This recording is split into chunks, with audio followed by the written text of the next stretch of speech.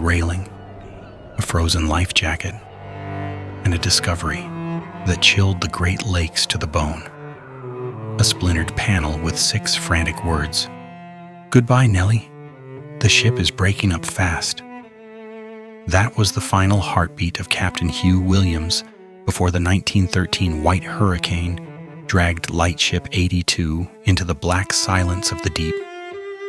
We see lighthouses as beacons of hope, but behind the glare lies a darker truth. These were isolated fortresses where the line between duty and madness, between the living and the dead, vanished into the mist. Tonight we go beyond the postcards. We will stand in the suspicious ruins of Mary Terry's Light, where gold remained but a life was stolen. We will walk the salt-stained corridors of Waugoshance, where the dead refuse to leave their post. For a century, the waves have tried to drown these secrets. But the sea never forgets. Are you brave enough to hear what the wind is whispering? We dive deep into the fog to solve the 3 greatest mysteries of the Great Lakes, starting with a fire that refused to tell its secrets.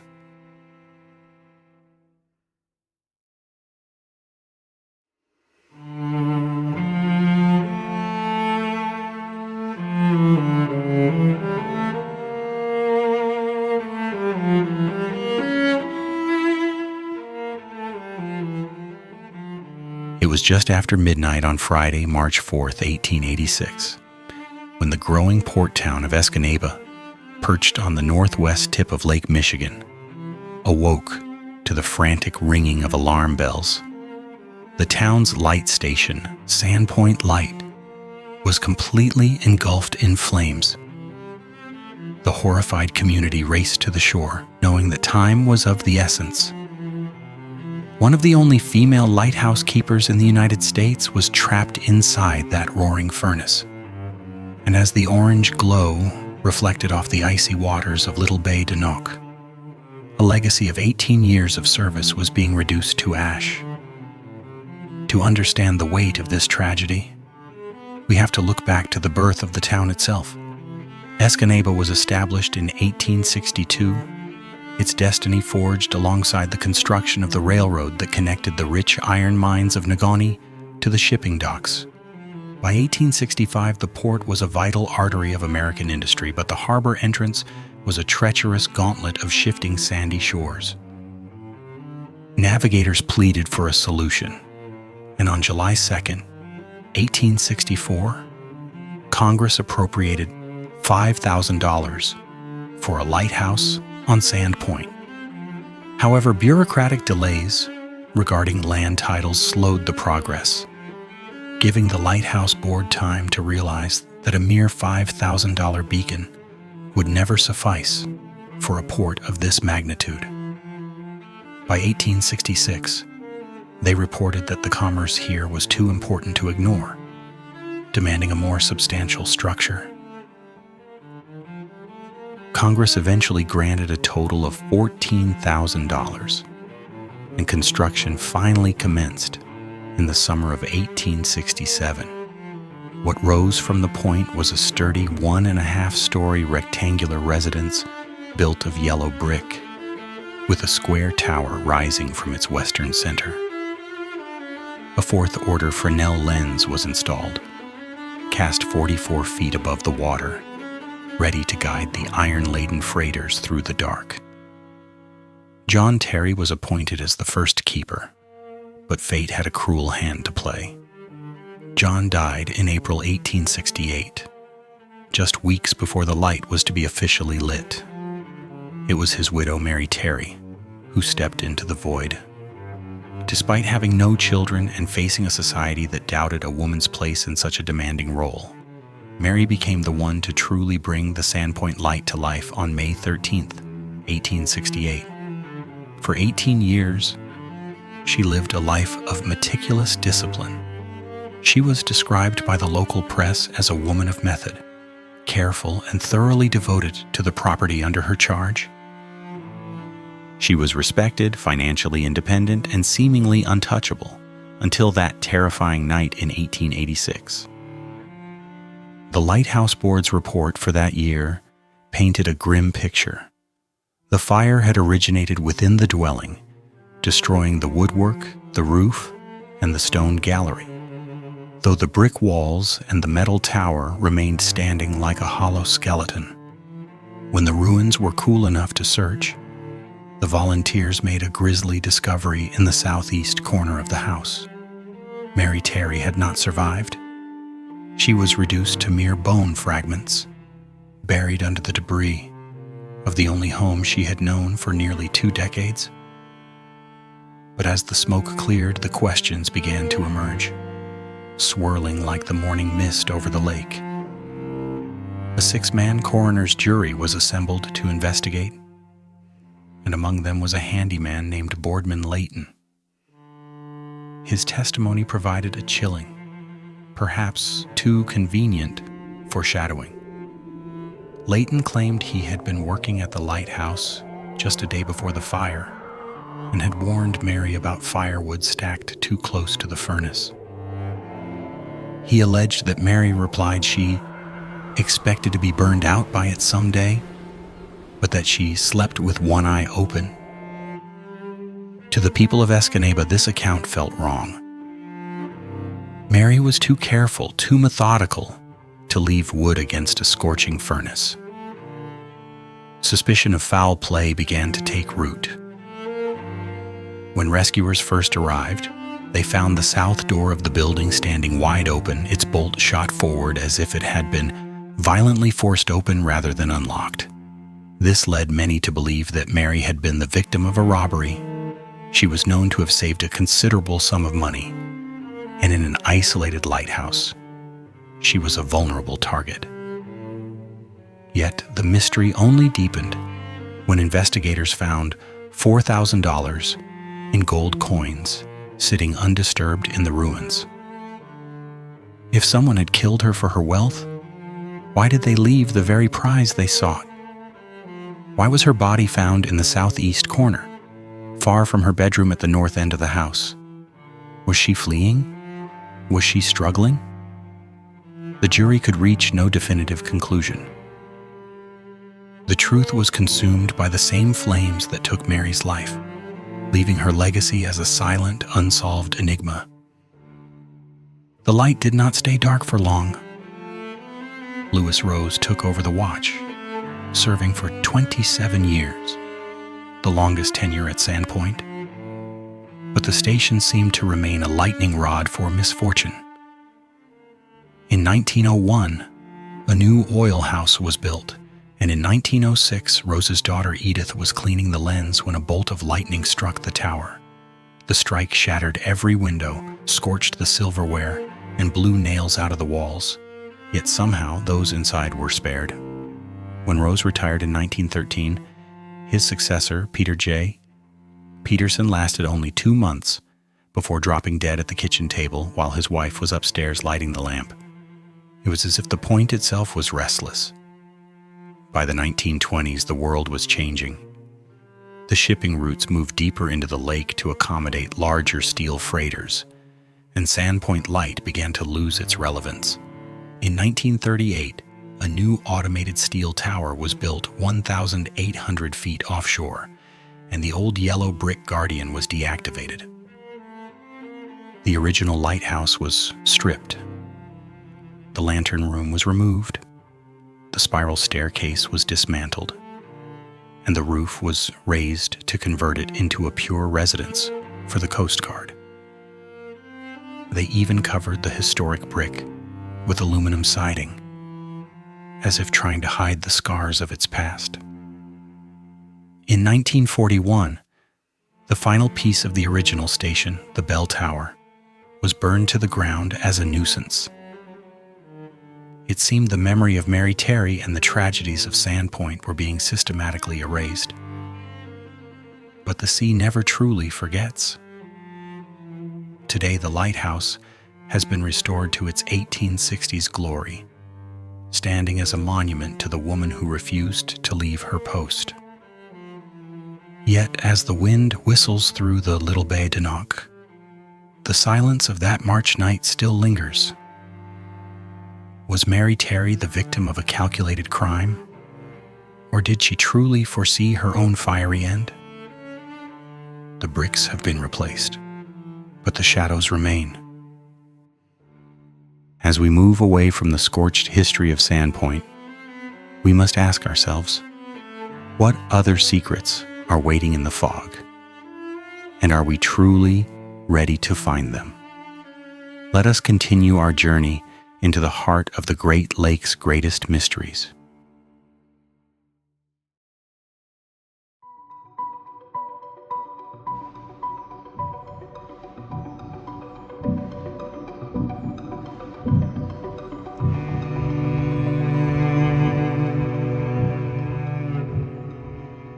My dear friends, when we wander into the vast archives of maritime history, our minds typically conjure a specific, romantic image of a lighthouse, a solitary stone tower perched defiantly upon a jagged bluff, staring out over a tempestuous sea. We see a silent sentinel, a majestic pillar of granite and glass that remains unmoving against the gale. But for some inexplicable reason, we seldom afford that same reverence to the Lightship. Yet, these modest, floating guardians were the true frontline soldiers of maritime safety. Unlike their land-bound cousins, lightships did not have the luxury of solid ground beneath them. They were anchored in the most treacherous, wave-beaten locations imaginable, places where the seabed was too unstable or the waters too deep to support a permanent stone tower. These vessels were forced to hold their ground through the most cataclysmic storms in history, staying at their post even when the largest, most powerful steel freighters were fleeing in terror for the safety of a harbor. They were the beacons that moved with the relentless tide, the floating martyrs that rode the very crests of the waves. They warned others to fear. One of these legendary, dependable little ships was the Buffalo Lightship No. 82. Constructed in 1912 at the Rice Brothers Shell Lake Boat Company in Muskegon, Michigan, Lightship 82 was not just a boat. She was engineered like a nautical tank.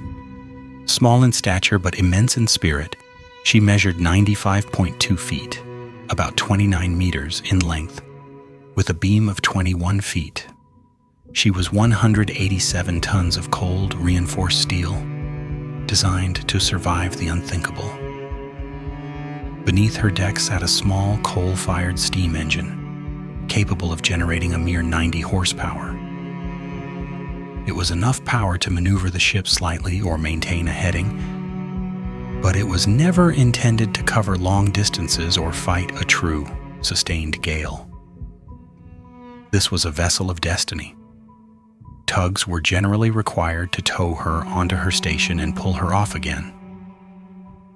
This was a stark and sobering reality for the crew. Once the anchor was dropped and the tugs vanished over the horizon, Lightship 82 was truly, terrifyingly on her own. While lightships were built to weather the most fierce natural storms, their greatest threat was often not the elements, but the very vessels they were sworn to protect. It is a haunting irony of navigation. All over the world, captains would intentionally aim their massive ships directly at the lightships to set their course, intending to veer off only at the last possible moment.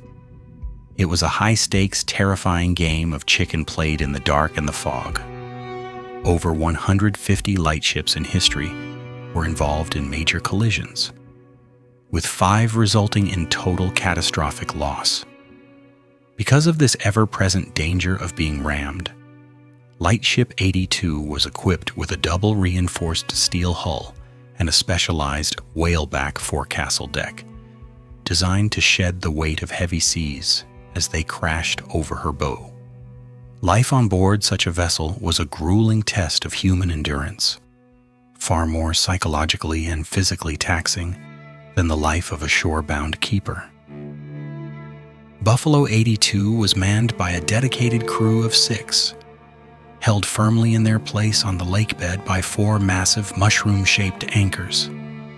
But even this immense weight could not suppress the near-constant, violent rocking that tossed the small ship even in the calmest conditions. The interior was a world of perpetual motion. Crew bunks were sharply sloped to prevent the men from being hurled onto the floor in heavy seas. Every meal was a strategic battle just to keep dishes from sliding off the table. Even the most weathered sailors, men who had spent decades battling the unpredictable moods of the Great Lakes, would find themselves struggling with debilitating seasickness on these stationary heaving vessels. Yet through the nausea and the noise, their primary mission remained absolute. Keep the massive lamp illuminated through the night and meticulously clean the complex lenses by day. It was a rhythmic, exhausting cycle of survival in the middle of a vast, indifferent lake. The Lightship Buffalo, which cost the government $42,910 to build, a fortune at the time, officially went into service in 1912. She was stationed off Point Abeno, Ontario, serving as the primary guide for vessels navigating the congested approach to the harbor at Buffalo, New York, on the eastern end of Lake Erie. For nearly a year, she was a paragon of diligence, safely whispering through the dark to hundreds of passing ships. But her tenure on Lake Erie was destined to be tragically, heartbreakingly brief. By November 1913, the crew consisted of 6 brave souls: Captain Hugh M. Williams, mate Andrew Leahy, his brother Cornelius Leahy serving as assistant engineer, Chief Engineer Charles W., butler and crewmen William Jensen and Peter Mackey. On November 6, 1913, the atmosphere over the Great Lakes began to boil. 2 massive separate storm systems converged over Lake Superior and began a murderous, high-speed march east. This event, unofficially dubbed the White Hurricane, remains the most lethal and destructive natural disaster in the recorded history of the Great Lakes. By November 9th, the storm reached its terrifying peak over Lake Huron, sinking 8 massive ships in a matter of hours. In the days that followed, the hurricane destroyed 19 vessels and claimed the lives of over 250 sailors. By the time the eye of the storm reached Lake Erie, the winds had weakened slightly, but it remained a force of nature beyond human comprehension. Lake Erie is the shallowest of the Great Lakes, a geographical trait that allows it to whip up monstrous, steep, and erratic waves with terrifying speed. Throughout the absolute chaos of the hurricane, Lightship 82 did not flinch.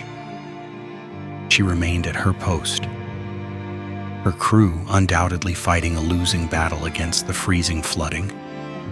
She was built to weather the worst, but the sheer ferocity of the waves battered her steel hull until it groaned under the weight of 1,000-ton walls of water. Eventually, the relentless onslaught began to tear her deck houses apart.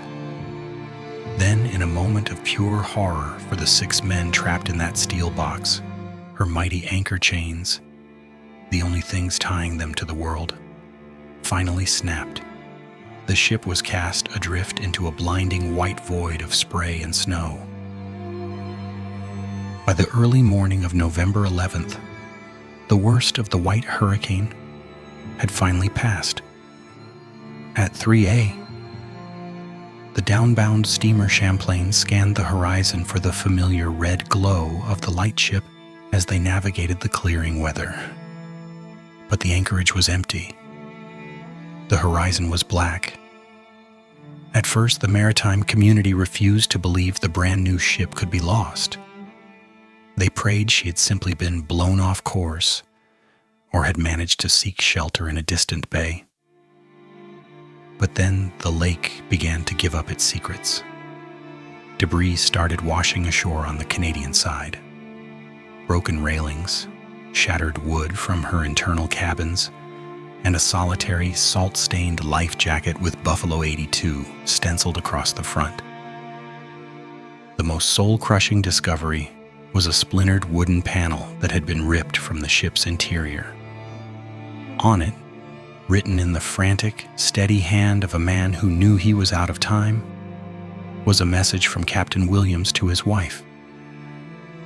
It read, "Goodbye, Nelly. The ship is breaking up fast. Williams." It was the final echoing heartbeat of a man who realized the abyss was claiming him.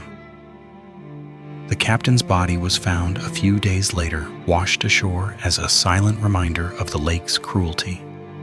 It took nearly a year of searching before a survey vessel, using a wire sweep in May 1914, discovered the wreck resting 36 feet below the surface, just a mile from her original station.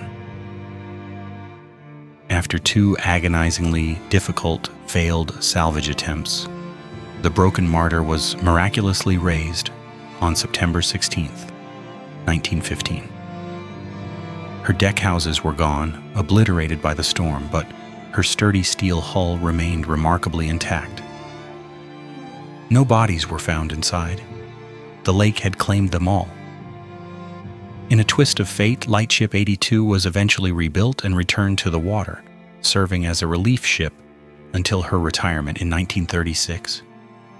But the sea has a strange way of claiming what it is owed.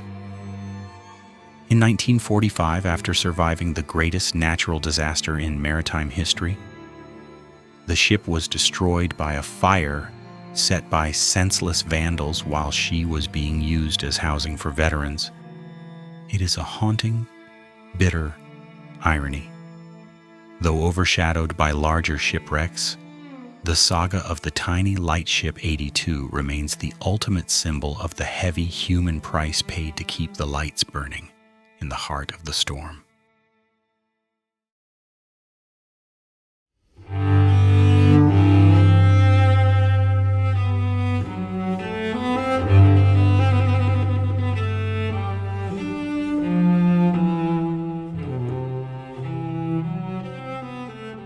The approach to the Straits of Mackinac is widely regarded as one of the most treacherous stretches of water in the maritime world.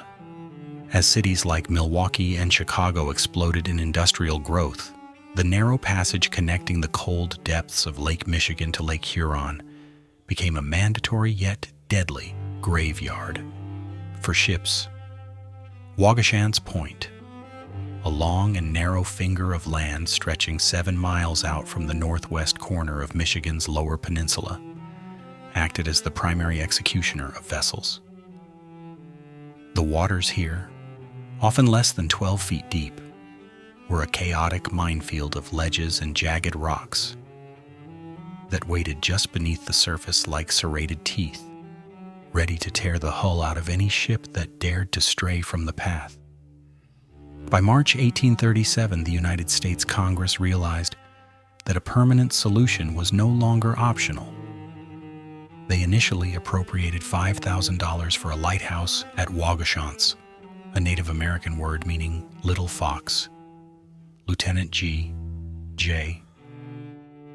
Pendergrast was dispatched to survey the site, but his subsequent report was sobering and shifted the entire project's destiny. He argued passionately that a light built on the point itself would be practically useless because the real hidden danger lurked on a small isolated reef 1.5 miles further out into the churning lake. He insisted that a lighthouse erected on this tiny wave-swept reef would be more beneficial to commerce than all other lights on Lake Michigan combined.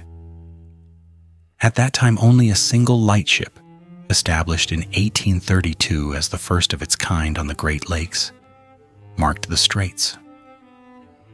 But this vessel was notoriously unreliable.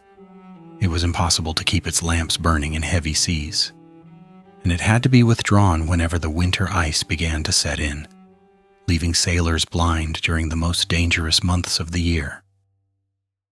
Because building a permanent offshore fortress was far more expensive than a simple tower on land, the budget ballooned from a modest $5,000 to a staggering $83,000. Under the command of Captain Augustus Canfield of the Corps of Topographical Engineers, construction began in 1847. It was an engineering feat that defied the technological limits of the era. Using massive timbers of white and yellow pine, giant cribs were constructed on St. Helena Island, 30 miles away. These were towed to the reef, filled with thousands of tons of stone and sunk to the lake floor. Upon this foundation, Milwaukee yellow brick rose to form a majestic tower 76 feet tall.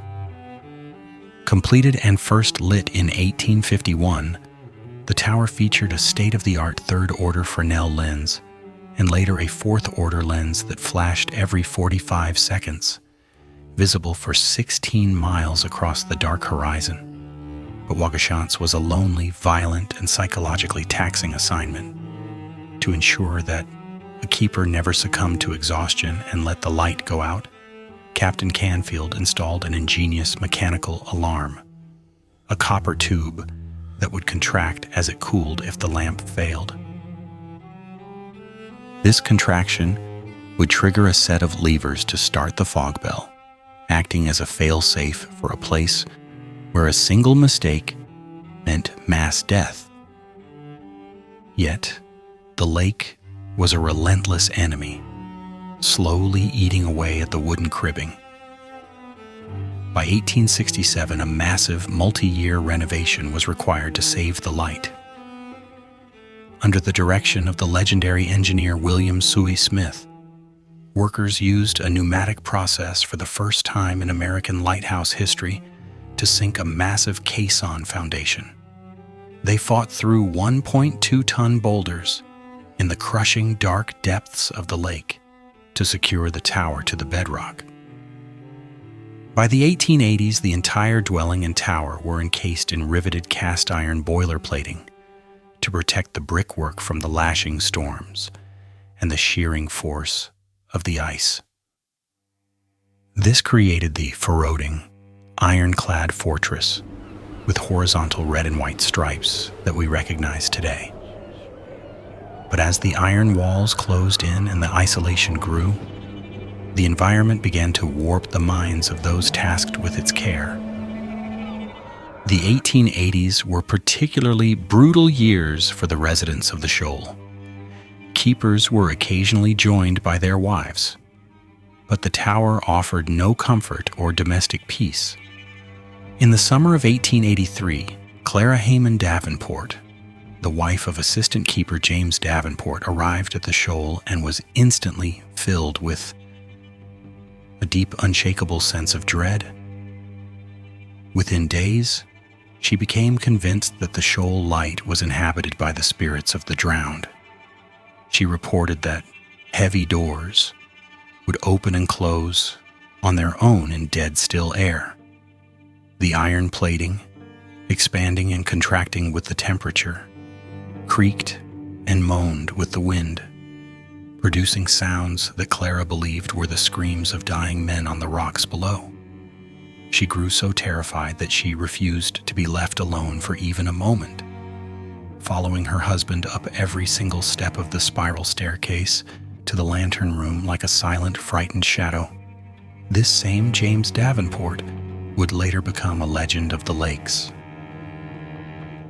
During the catastrophic Peshtigo fire of 1871, when thick, choking smoke blanketed the entire region and reduced visibility to zero, Davenport reportedly stayed awake for 3 straight days and nights to ring the fog bell manually.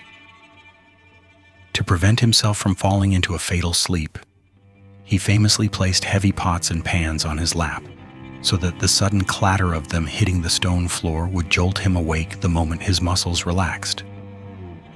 However, the misfortune of the light only intensified as the century turned. In May 1886, headkeeper Thomas Marshall was returning to the light in a small boat when a sudden violent squall snapped his tow line. He was swallowed by the churn of the lake. His boat was found overturned days later, but Marshall's body was never recovered. Then came the darkest chapter, the legend of John Herman. In 1900, Herman, a man known for his heavy drinking and a cruel, eccentric sense of humor, returned to the light in a drunken stupor. As a malicious prank, he locked his assistant in the lantern room at the top of the tower. The assistant banged on the heavy iron door for hours, shouting for release, until Herman's mocking laughter eventually faded into a chilling, absolute silence. When the assistant finally managed to escape, the tower was empty. John Herman had vanished into thin air. It was officially assumed that he had stumbled off the pier and into the abyss. But after that day, the hauntings became an undeniable part of life at Waugoshance. Successive keepers reported the sounds of furniture moving in empty rooms, silverware rattling in locked drawers, and the rhythmic sound of coal being shoveled into the furnace by invisible, tireless hands. Men whispered in the dark that John Herman had never actually left his post, that he was still there playing his final eternal prank. By 1912, the light was extinguished for the very last time, rendered obsolete by the towering new White Shoal Light, built 4 miles to the north. Waugoshance was abandoned to the elements, left to rot in the middle of the lake. During World War II, the Navy used the derelict, ghost-like tower as target practice for fighter pilots, bombarding it with shells until a massive fire gutted the interior. For decades, it sat as a scorched, skeletal ruin, a shell of its former glory. In 2009, there was a fleeting spark of hope when the lighthouse was transferred to a preservation society. But the Great Lakes are a jealous and destructive mistress. By 2021, with record-breaking water levels and encroaching ice eroding the foundation to the point of no return, the society had to dissolve. A quote for a temporary fix came back at over $300,000, a sum that would only buy a year or two of borrowed time. The decision was made. The Waugoshance light was unsalvageable. Today, it stands as a rotting, iron monument to the cruelty of the straits. Its piers have crumbled into the surf. Its iron skin is peeling away like dead skin, and it remains a haunting silhouette that looks like a scene from a horror movie. Its purpose has long since been eclipsed by technology. Now, like a restless spirit, it lingers after death. It offers us a disquieting glimpse into the abyss, a stark reminder that even the strongest beacons and the souls who tend them can eventually be claimed by the dark.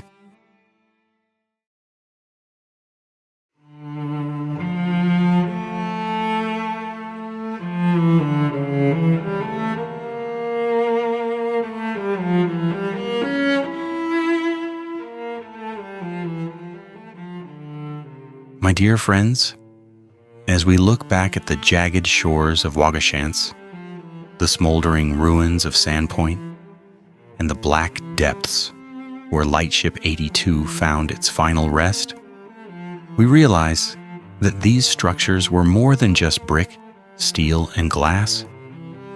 They were a bastion of order in a world of chaos. In an era before the digital hum of GPS and satellite navigation, these beacons were the only thing standing between a sailor and the cold, indifferent abyss of the Great Lakes. They represent the grit and determination of people like Mary Terry, who kept the flame burning against all odds, and Captain Hugh Williams, whose final words on a splintered board still echo through the mist. Time has a way of turning vital tools into ghosts. Many of these towers now stand in silence, their lenses dark and their corridors filled with nothing but the sound of the wind. Yet their purpose remains etched into the history of the inland seas. They remind us of the heavy price of progress and the fragile line between safety and tragedy. As these ruins slowly succumb to the crushing ice and rising tides, they offer us one final glimpse into the darkness they once fought to hold back.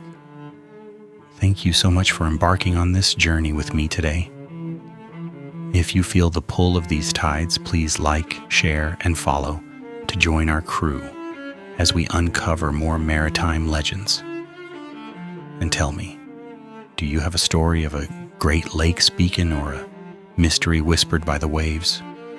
Share it in the comments. Let's keep these spirits alive together. I'll see you in the next voyage on this channel. Until then, keep your light burning bright